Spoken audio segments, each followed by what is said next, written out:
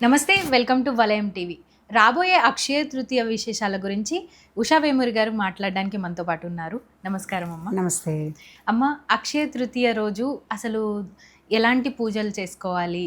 అక్షయ తృతీయ యొక్క ప్రాధాన్యత ఏంటంటారు? నాకు ఈ తిథులు ఇది అనగానే ఫస్ట్ కొంచెం ఇంట్రడక్షన్ దాని గురించి చెప్పకుండా డైరెక్ట్ వెళ్లే ముందర ఒక్క నిమిషం దాని గురించి మాట్లాడుకుందాం. మనకి తెలుగు క్యాలెండర్స్ చూసుకుంటే కనుక మనం పంచాంగము కొత్త సంవత్సరం తెలుగు సంవత్సరం వస్తున్నప్పుడు మనకి తిథి వార నక్షత్రాలన్నీ కూడా ఉంటాయి. 5 రకాలు ఉంటాయి మనకి తెలుగు పంచాంగంలో.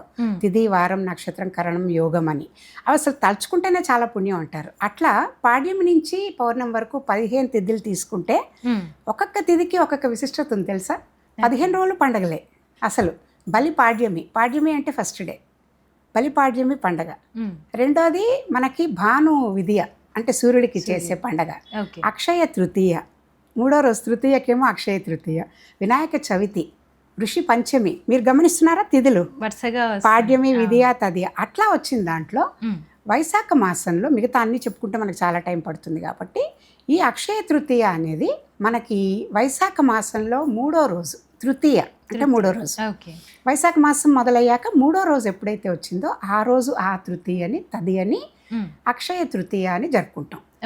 కానీ ఆ రోజే ఎందుకు, అసలు ఆ రోజు ఏమైంది అని చరిత్ర కానీ పురాణాలు కానీ చూస్తే దానికి ఏదో ఒక సిగ్నిఫికెన్స్ ఉండాలి కదా.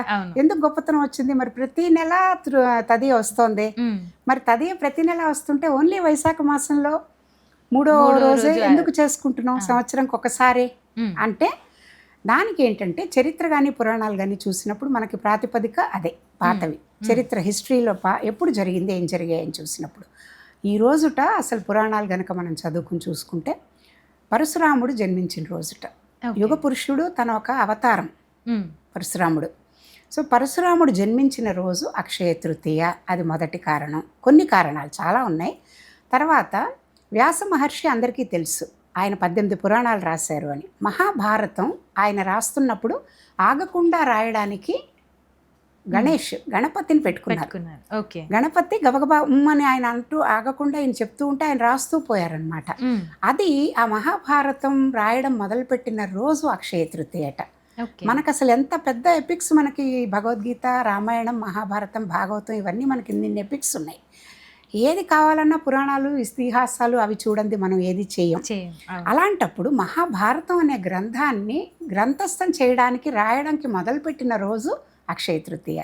అలాగే భగీరథుడు గంగని మనకి భూమికి తీసుకొచ్చాడంటారు. అసలు పంచభూతాలు నుంచి మనం భూమిలో ఉన్న అందరూ ఎంత లబ్ధి పొందుతున్నాం. గాలి లేకపోతే ఉండగలమా? నీళ్లు లేకపోతే ఉండగలమా? వేడి అగ్ని లేకపోతే ఉండగలమా? ఏది లేకపోయినా ఉండలేం. అలాంటిది నీటిని మనకి భగీరథుడు గంగని అవతరించి భూమికి తీసుకొచ్చిన రోజు అక్షయ తృతీయట. ఇట్లా మనకి చరిత్ర చూసుకుంటే కనుక అలాగే శ్రీకృష్ణుడు ద్రౌపదికి మనకు ఆ కథ పెద్ద కథ మనకి ఉంది భారతంలో. దుర్వాసుడు వీళ్ళ ఇంటికి వచ్చినప్పుడు కూడా ఒకసారి భోజనానికని వాళ్ళ పరివారాన్ని అంతా తీసుకుని వస్తాడు.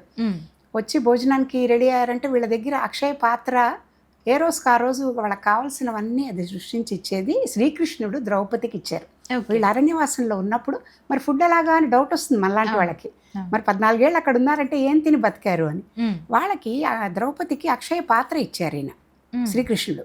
ఆ అక్షయ పాత్ర ఏంటంటే పొద్దున సూర్యోదయం అవ్వగానే వాళ్ళకి కావాల్సిన రోజు మొత్తం కావాల్సిన భోజన పదార్థాలు ఏమనుకుంటే అవన్నీ ఇచ్చేస్తుంది అది. వాటితో వాళ్లే కాదు, వాళ్ళ ఆరుగురే కాదు, అక్కడ ఆశ్రమంలో ఉన్నప్పుడు వాళ్ళ కోసం వచ్చే మునులు, ఋషులు ఉంటారు, వేరే వేరే విజిట్ చేయడానికి వచ్చే వాళ్ళు ఉంటారు, జంతువులు ఉంటాయి, పశుపక్షాదులు ఉంటాయి. దేనికైనా కూడా వాళ్ళ నిత్యకృత్యంలో ఆహారం ఎవరెవరికి కావాలో అవన్నీ కూడా అది ఇస్తుంది. ఆ అక్షయ పాత్రని శ్రీకృష్ణుడు ద్రౌపదికి ఇచ్చిన రోజు అక్షయ తృతీయట. ఎన్ని ఉన్నాయి చూడండి అసలు. అంటే ఇది జస్ట్ ఒక 5 మనం గుర్తు చేసుకున్నాం. ఇంకా చాలా ఉంటాయి అందులోంచి పురాణాల్లోకి వెళ్తే కనుక. ఒక్కొక్క పురాణం, పద్మపురాణం, మత్స్య పురాణం ఇలాంటివన్నీ తీసుకుంటే 18 పురాణాల్లో ప్రతి పురాణంలో అక్షయ తృతీయకి ఏదో విశిష్టత ఉండే ఉంటుంది. అందుకని ఇంకోటి ఏంటంటే ఈ రోజుల్లో మనము అసలు ఇది మామూలు చరిత్రలోకి వెళ్తే జరిగింది. దీనికి ఏం చేస్తే ఏమొస్తుంది అని మనుషులకి ఒకటి అలవాటు. నేను ఇది చేశానైతే నాకేంటి అడుగుతారు కదా. సో అలాగే మనుషులు కూడా నేను ఇప్పుడు ఇంత పూజ ఆ రోజు నేను చేశాను అనుకోండి, అసలు ఏం చేయాలి అని ముందు కనుక మాట్లాడుకుంటే అక్షయ తృతీయకి ఏదైనా మనకి పుణ్యతిథి మంచి రోజు అని చెప్పినప్పుడు స్నానం దగ్గర నుంచి మనం పవిత్రంగా మొదలు పెట్టుకోవాలి. సూర్యోదయం కంటే ముందరే, ఎందుకంటే స్నానాలకు కూడా విధి విధానాలు చెప్పారు. దేవ స్నానం అని, మనుష్య స్నానం అని, రాక్షస స్నానం అని, జంతు స్నానం అని. ఎప్పుడు పడితే అప్పుడు లేచి తినే ముందు ఊరికే ఒక చెంపు నీళ్లు పోసుకునేది రాక్షస స్నానం. ఓకే. జంతు స్నానం అయితే ఇంకా దానికి తోచినప్పుడు అసలు తిండి తిప్పలు ఏం లేదు, దానికి ఎప్పుడంటే అప్పుడు చేసుకో. అలా చేయకూడదు. మనకి మనుషులు అన్నాక మనకి ఆ పాజిటివిటీ, బ్రెయిన్ చాలా యాక్టివ్గా వర్క్ చేయాలన్నా, చాలా అలర్ట్గా ఉండాలన్నా కూడా సూర్యోదయం కంటే ముందరే మనం లేచి మన శరీరాన్ని దానికి సమాయత్తం చేయాలని చెప్పారు. ఆయుర్వేద శాస్త్రం కూడా అదే చెప్తుంది. సూర్యోదయం కంటే ముందే లేచి నదిలో స్నానం చేయడం బెస్ట్. కానీ మనకు హైదరాబాద్లో నది ఎక్కడ ఉంది? లేదు కదా. దానికి కూడా ప్రత్యామ్నాయం చెప్పారు. నదులు లేని చోట నది ఉంటే నదికి వెళ్ళి స్నానం చేయాలి. లేకపోతే మనం ఏదైతే ట్యాప్ వాటర్ పట్టి పోసుకుంటున్నామో ఆ స్నానాన్నే మనము చేత్తో ఇలా తిప్పుతూ అన్ని నదుల్ని గంగైచ యమునైచ గోదావరి సరస్వతి నర్మదే సింధు కావేరి జలేస్మిన్ సన్నిధిం కురుం, అన్ని నీళ్లు ఇందులో ఉన్నాయమ్మా, ఈ నీళ్లతో నేను స్నానం చేస్తున్నాను. మన దగ్గర ఉన్న రివర్స్ గంగ నుంచి మొదలుపెట్టి అన్ని తుంగభద్ర, గౌతమి, కృష్ణ అన్నిటినీ తలుచుకుని అందులో భావన చేసి ఆ నీళ్ళల్లో ఉంది అని తులసి దళము, కొంచెం పసుపు, ఏదైనా సుగంధ ద్రవ్యాలు, మంగళ స్నానాలు అంటే మామూలు నీళ్ళలో ఉన్నవేమైనా పోతాయని. సాల్ట్ వేసాం అనుకోండి నెగిటివిటీ పోతుంది, దిష్టి పోతుంది, మనలో ఉన్న నెగిటివ్ ఎనర్జీ అంతా సాల్ట్ లాగేస్తుంది. అందుకని కొంచెం సాల్ట్ వేస్తారు. మంచి వాసన రావడం కోసము ఈ జాపత్రి, జవ్వాజీ ఇలాంటివన్నీ వేసుకుంటారు. తలకి చక్కగా నూనె అది పెట్టుకుని అభ్యంగన స్నానము, తల నూనె అంటే అలాంటి దాంతో స్నానం, ఒక తులసి దళం అలాంటిది ఏదైనా పవిత్రత కోసం వేస్తారు. దానివల్ల స్కిన్కి కూడా ఏదైనా ప్రాబ్లమ్స్ అవి ఉంటే కూడా పోతాయి. ఇది మంగళ స్నానం. ఇది మనకి సూర్యోదయం కంటే ముందర అక్షయ తృతీయ రోజు కూడా చేయాలి. తర్వాత పూజకు వచ్చేసరికి ఏం చేయాలి అంటే మెయిన్గా ఆ రోజు మనం తలుచుకోవాల్సింది విష్ణుమూర్తిని, లక్ష్మీదేవిని బాగా తలుచుకోవాలంటారు. సో ఆ రోజు చేసిన జపం కానీ, మంత్రం కానీ, దానం కానీ, పూజ కానీ అక్షయం అవుతాయట. అంటే ఎండ్లెస్, లిమిట్లెస్. అంటే అక్షయమైన ఫలితం మనకి ఏది కావాలన్నా మన పూజ కూడా అలాగే ఉండాలి. అందుకని ఆ రోజు ఏం చేస్తారంటే ఓం నమో విష్ణుమూర్తి అన్నారు కదా, ఓం నమో నారాయణాయ, ఆయనకి సంబంధించిన ద్వాదశాక్షరి 12 అక్షరాల మంత్రం. ఆ మంత్రము ఎన్నిసార్లు చేసుకుంటే నీకు అంత అక్షయం అవుతుంది, అంత మంచిది, అంత పుణ్యం ఇస్తుంది అని. లక్ష్మీదేవికి సంబంధించింది, లక్ష్మీ అష్టోత్తరాలు ఇది అది. ఎందుకంటే లక్ష్మీ అనుగ్రహం వద్దని అనేవాళ్ళు ఎవరు ఉండరు కదా. ఎందుకంటే ధనమే కాదు, 8 రకాల లక్ష్మి, 8 రకాల శక్తి ఇచ్చేదంతా కూడా లక్ష్మీదేవి. మీకు ఆరోగ్యం కావాలన్నా, చదువు కావాలన్నా, బలం కావాలన్నా, ధైర్యం కావాలన్నా ఇచ్చేది లక్ష్మి. అందుకని లక్ష్మీదేవిని కూడా పూజించడం మీకు. అందుకే దానికి సంకేతంగానే ఇప్పుడు చాలా కమర్షియల్ అయిపోయిన బంగారం కొనుక్కోవడం అనే టాపిక్ కూడా దాని నుంచే వచ్చింది. లక్ష్మీదేవి బంగారము, ఐశ్వర్యం దీనికి ప్రతీక. అందుకని ఆ రోజు కనుక మనం లక్ష్మీప్రదమైన బంగారం కొనుక్కుంటే మనకి ఇంట్లో కూడా సౌభాగ్యము, బంగారము, అష్టైశ్వర్యాలు చాలా ఎక్కువ పెరుగుతాయి అని నమ్మకం. అంటే ఇది మనం సృష్టించిందా లేకపోతే ముందు నుంచి వస్తున్న? ముందు నుంచి వాళ్ళు అన్నది ఏంటంటే ఆ రోజు ఏం చేసినా అక్షయం అవుతుంది అనే చెప్పారు. బంగారం కొనుక్కోమని ఎవరు చెప్పలేదు. అంటే బంగారం అంటే ఉంటే కొనుక్కుంటారు దాన్ని బట్టి అని. ఐశ్వర్య ప్రదాత లక్ష్మి కాబట్టి లక్ష్మిని కొలవండి అన్నారు. తర్వాత ఇవన్నీ ఎలా అయితే మనకి ఇప్పుడు ఫ్రెండ్షిప్ డే అని, తర్వాత వ్యాలంటైన్స్ డే అని ఇలా వచ్చిందో, ఇలా బిజినెస్ పీపుల్ దాన్ని ఎక్స్ప్లాయిట్ చేయడం కోసం బంగారం అన్నారు కదా, బంగారం వెండి ఆ రోజు కొనుక్కుంటే మంచిది అన్నారు కాబట్టి ఆ రోజు తప్పనిసరిగా కొనుక్కుంటే బాగా పెరుగుతుంది. ఉంటే కొనుక్కోవచ్చు, తప్పులేదు. ఇవాళ రేపు అసలు నిజంగా వరల్డ్ మొత్తంలో జరుగుతున్న అస్థిరత, అనిశ్చితి చూస్తే బంగారంలో పెట్టుబడి పెట్టడం మంచిది. అన్నిటికంటే సేఫ్ అదే. రియల్ ఎస్టేట్ కంటే కూడా బంగారమే మంచిది. కానీ నీకు పెట్టేంత ఉందా? ఆర్నమెంట్ మీద పెడితే నీకు దండగ కదా. ఇన్వెస్ట్ చేసుకోవాలి బంగారం మీద. ఆర్నమెంట్లు కొనుక్కుంటే నీకు దండగే, దానిలో ఎప్పుడు పెట్టకూడదు. సో నువ్వు వెళ్ళి నగలు ఆ రోజు అక్షయ తృతీయ రోజు తెచ్చుకుంటాననేది మూర్ఖత్వం. అలా కంటే నీ దగ్గర డబ్బు ఉంది, చక్కగా దాన్ని మల్టిప్లై చేసుకోవాలి, సేవింగ్స్ పెంచుకోవాలి అనుకుంటున్నావు, ఆ రోజు వెళ్ళి చక్కగా గోల్డ్లో ఇన్వెస్ట్ చేసుకో, ప్యూర్ గోల్డ్ కొనుక్కో. కాకపోతే చాలా మందిలో అపోహ ఏంటంటే ఆ రోజు ఖచ్చితంగా బంగారం కొంటే మంచిది అని. లేని వాళ్ళు కూడా అంటే బయట నుంచి తెచ్చి అయినా బంగారం కొనుగోలు చేసే ప్రయత్నాలు చేస్తుంటారు. ప్రయత్నం చేయడం, ఇప్పుడు మనం ఒక ఇల్లు కట్టుకుందాం అనుకున్నాం అనుకోండి, ఎవరైనా మధ్యతరగతి వాళ్ళు, మన దగ్గర 30 లక్షలు ఉండి కట్టుకోం కదా. మనం ఏం చేస్తాం, ఏ బ్యాంక్ వాళ్ళనో మన సేవింగ్స్ కొంత కలిపి లోన్ తీసుకుని అది ఇది కలిపి నెమ్మదిగా తీర్చుకుంటాం. అది మన శక్తికి మించకుండా మనకు ఒక అసెట్ని ఇవ్వగలిగితే మంచిదే. ఓకే. అలా కాకుండా ఇదొక ఏమంటారు మాస్ యూఫోరియా, జనం అందరూ చేస్తున్నారు గొర్రెల్లాగా నేను కూడా చేయాలి అనుకుని వెళ్ళామనుకోండి ఇబ్బంది పడతాం. అందుకని మీ దగ్గర ఉండి ఎఫర్ట్ చేయాలి. సపోజ్ మీకు మంత్లీ ఒక 50,000 వస్తుంది, ఈ నెల మీరు ఎండాకాలం అవడం వల్ల మీకేంటి పిల్లల స్కూల్ ఫీజులు అవన్నీ తర్వాత మొదలవుతాయి. ఇప్పుడు కొంచెం రిలేటివ్లీ కాస్త ఫ్రీ ఉంటారు. తర్వాత ఎక్కడ ఈ ఎండలకి దీనికి ఎక్కువ పెద్ద తిరిగే అవకాశం, బయటికి వెళ్ళేది ఎక్కువ ఉండదు కాబట్టి ఈ కమ్యూట్ చేసేది తిరిగే ఖర్చులు కొంచెం తగ్గుతాయి కదా.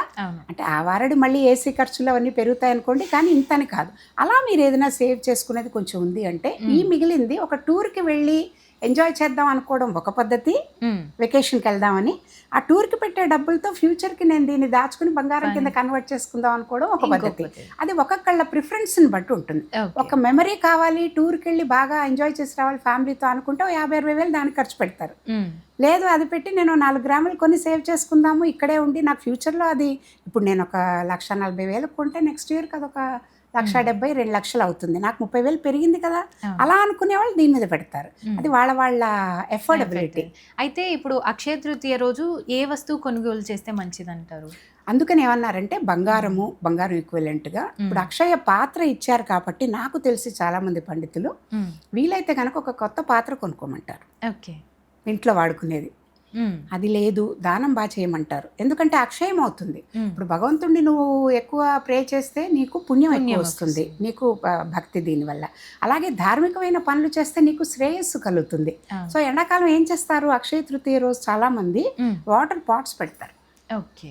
నీళ్ళ కుండలు మామూలు ఇంటి బయట దాని మీద చక్కగా గ్లాసులు పెట్టి వెళ్ళే వాళ్ళందరూ తాగడానికి నీటి దానం, అక్షయ పాత్ర లాగా. సో అలా పాత్రలు కొనుక్కోండి, ఇంటికి ఒక మంచి కొత్త పాత్ర తెచ్చుకోండి ఎప్పటికీ ఉండిపోయేలాగా. లేదు ఏ దానం చేస్తే అంటే ఇప్పుడు గోవులకి వీటికి వాళ్ళు పెట్టినట్టుగా గోవులకి చక్కగా దానం చేయండి, పెట్టండి. మంచి పనులకు విద్యాదానం చేయండి, వస్త్రాలు ఇవ్వండి. ఆ దానం ఏం చేసినా కూడా ఆ దాన ఫలితం కూడా అక్షయం అవుతుందిట. ఓకే. అలా అన్నారు. ఒకటే చెప్పలేదు, అన్నీ చెప్పారు. ఎందుకంటే మన సనాతన ధర్మం ఎప్పుడు కూడా మనొక్కళ్ళమే బాగుండాలని ఎప్పుడూ చెప్పదు. సొసైటీలో మనం ఒక మనిషి ఉన్నాడంటే అన్ని రకాల వాళ్ళతో మమేకమై ఉండాలి, అందరితో కలిసి ఉండాలి.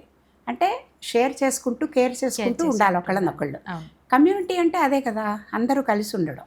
సో మనం ఒక్కళ్ళమే ఎంజాయ్ చేయడం కాకుండా మనకున్న దాంట్లో ₹1 పక్కన వాడికి కూడా దానం చేస్తే ఆ దానం ఇంకొక ఫామ్లో నీకు అవసరమైనప్పుడు కాస్మిక్ లా ఏం చెప్తుందంటే ఆ కాస్మాస్ నీకు అవసరమైంది మళ్ళీ నీకు ఎవరి ద్వారానో ఇప్పిస్తుందనే స్వార్థంతో చేయకపోయినా ఇలా ఇచ్చిపుచ్చుకోవడం అనేది ఒక సంస్కారంగా అలవాటు చేసుకుంటే మనకు అవసరమైనప్పుడు కూడా ఇంకోళ్ళు ఎవరి దగ్గర నుంచి అయినా కూడా మనకు సాయం వస్తుంది. మీరు ఊహించండి, మంచి ఎండలో ఎవరైనా వచ్చారు. మాకు అనుభవం ఏజీ ఆఫీస్లో మేము చేసేటప్పుడు ఈ సర్వీస్ యాక్టివిటీస్ చేస్తూ ఆఫీస్ బయట ఒక తడికలతో ఒక షెడ్ వేసి ఒక 30-40 పెద్ద పెద్ద కుండలతో నీళ్లు పెట్టి పొద్దున వాటర్ వచ్చినప్పుడు పట్టి పెట్టేసి మజ్జిగ వాటరు అక్కడ టర్న్స్ మీద ఒక్కొక్క గంట ఒక్కొక్కళ్ళము టర్న్స్ వేసుకుని ఉండేవాళ్ళం.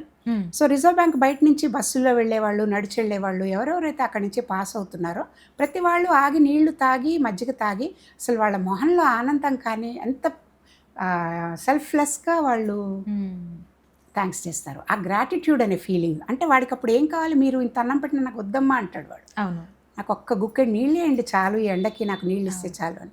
ఆ టైంలో వాడికి అవసరమైన నీళ్లు మీరు ఇస్తున్నారనుకోండి, అంతకంటే పుణ్యం ఏముంటుంది? నిజమే. అది అలా చెప్పారు శాస్త్రం ఏం చెప్పినా. మనం ఏంటంటే ఐసోలేటెడ్గా ఒకటే తీసుకుని చూసుకోకూడదు ఎప్పుడు. ఈ ఎండలో ఏది మంచి, గొడుగు ఎండలో వెళ్తున్నాడు దాన ధర్మాలు అన్నారు. నువ్వు ఏదో చేసే బదులు వాడికి ఏదో పిజ్జా ఉపయోగపడేది అలా కాకుండా గొడుగు కొనిచ్చు, విసునకర్ర కొని. ఎంత ఎండగా ఉంటుంది, అన్ని చోట్లకి మనం ఏసీలో వెళ్ళలేము, ఎక్కడికో ప్రయాణించవచ్చు. చిన్న విసునకర్ర గొడుగు బ్యాగ్లో పెట్టుకుంటే ఎండలో వెళ్ళేటప్పుడు వేసుకుంటాడు కదా.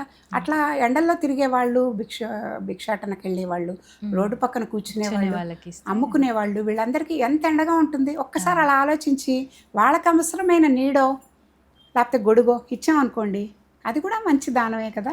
అలా పరిస్థితిని బట్టి పరిస్థితిని బట్టి మార్చుకోవాలి.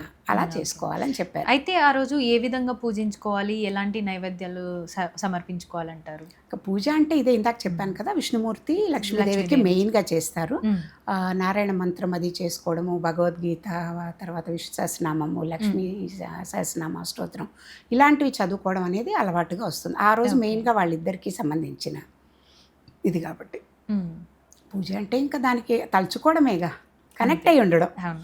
ఎవరి ఓపికను బట్టి వాళ్ళు. ఉమ్, ఇప్పుడు ఇవాళ రేపు పొద్దున 9, 10కి వెళ్ళిపోవాలి, ఎంతసేపు పూజ చేసే టైం ఉంటుంది ఎవరికైనా? ఆ, మనకి ఇలా hardly- పండగలకి సెలవులు కూడా మొదలు పెడితే నేను చెప్పినట్టు ఉమ్, మనకు వచ్చే పండగలు కాక ఈ 15 ప్రతిరోజు వచ్చే బలిపాడ్యమి నుంచి మొదలుపెట్టి ప్రతి పండగ ప్రతిరోజు పండగే. అవును. దానికి సెలవులు ఇచ్చుకుంటూ పోతే ఇంకా సంవత్సరం ప్రొడక్టివిటీ అంతా ఏముంటుంది, పండగలే సంవత్సరం అంతా పండగే ఉంటుంది, పని అవును. చేసేందుకు టైం ఉండదు. అవును. అందుకని ప్రాక్టికల్గా ఏం చెప్పారంటే ఎప్పుడు కనెక్ట్ అయి ఉండడం, మన జీపీఎస్ ఎలా అయితే మనం ఉమ్, ఎక్కడికి వెళ్ళాలన్నా ఆన్ చేసుకుని దాన్ని వెళ్తూ ఉంటాము, ఉమ్, భగవంతుడు ఆ పరమాత్మ అనేది మన ఆత్మతో అనుసంధానం చేసుకుని హృదయంలో ఎప్పుడు పెట్టుకోవాలి. ఓకే. అంటే అజప జపం అంటారు.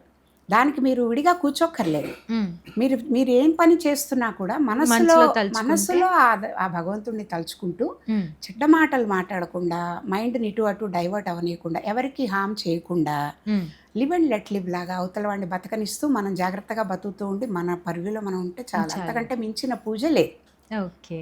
అది మామూలు పూజ అంటే ఇంకా దానికి ఏముంది, ఓ టైం ఉన్న వాళ్ళు సహస్రనామాలు చేసుకుంటారు, ఉమ్, గీతా పారాయణ పెట్టుకుంటారు, భగవద్గీత పారాయణ, ఎందుకంటే కృష్ణుడు సాక్షాత్తు విష్ణుమూర్తి ఇచ్చిన ఇది కాబట్టి. ఉమ్, లక్ష్మీ అష్టోత్తరాలు ఇవి చేసుకుంటారు. Hmm. ఇంకా లేకపోతే ఇంకోటి ముఖ్యంగా చాలామంది నమ్మేది ఏంటంటే ఆ రోజు మంచిది కాని సమయం అంటూ లేనే లేదు, అక్షయ Okay. తృతీయ రోజు. ఓకే. ఏదైనా అందుకని మంచి పని ఏదైనా చేయాలనుకున్నా కొత్త ఆ రోజు- పని మంచి పని చేయాలంటే ఉమ్, ఆ రోజు గృహప్రవేశాలు, పెళ్ళిళ్ళు, ఉమ్, ముహూర్తం చూడరు. అక్షయ తృతీయ రోజు- వస్తుందంటే పెళ్లి Okay. చేసేసుకోవచ్చు, ఓకే. అట్లా గృహప్రవేశం చేసుకోవచ్చు. ఇలాంటి ముఖ్యమైన పనులన్నిటికీ కూడా మంచి ముహూర్తం కింద దాన్ని నమ్మి ఆ రోజు చేసుకుంటారనమాట. ఓకే. ఓకే. చాలా చక్కగా తెలియజేశారమ్మా. ధన్యవాదాలమ్మా. సో చూశారు కదండి, మరిన్ని అప్డేట్స్ కోసం చూస్తూనే ఉండండి వలయం టీవీ. Thank you.